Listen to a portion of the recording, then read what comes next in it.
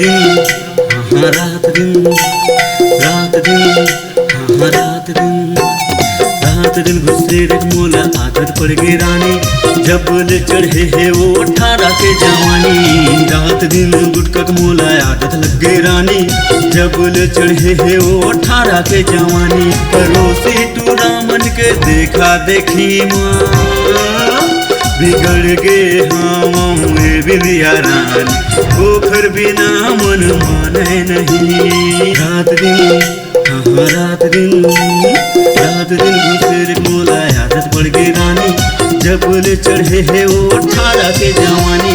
रात दिन गुटका के मोला आदत लग गई रानी जब ले चढ़े है वो 18 के जवानी।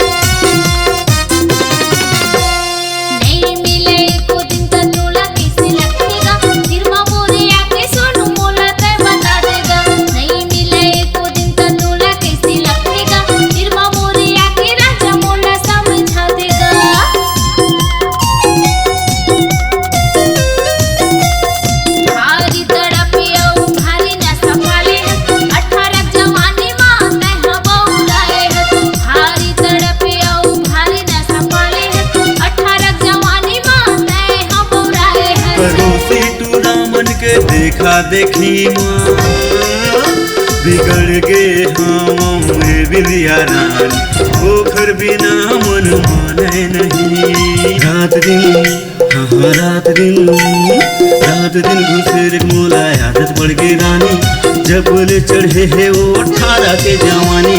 रात दिन गुटका के मोला आदत लग गई रानी जब ले चढ़े है वो 18 के जवानी।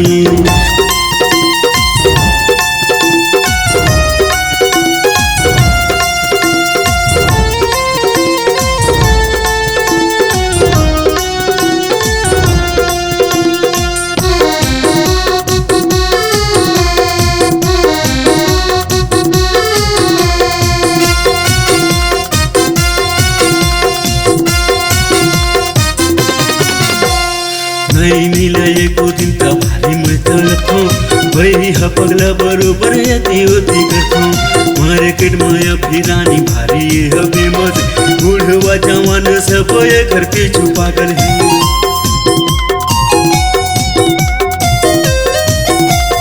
नहीं मिला एको दिन त भारी मैं तड़पो वही पगला बरोबर यति होती करतो मार्केट माया फिरानी भारी है बेमत बूढ़वा जवान सब घर पीछू पागल है। पड़ोसी टूरा मन के देखा देखी माँ बिगड़ गए हम बिंदिया रानी पोखर बिना मन माने नहीं। रात दिन हाँ रात दिन घुसे रे मोला आदत पड़ गई रानी जब ले चढ़े है वो 18 के जवानी।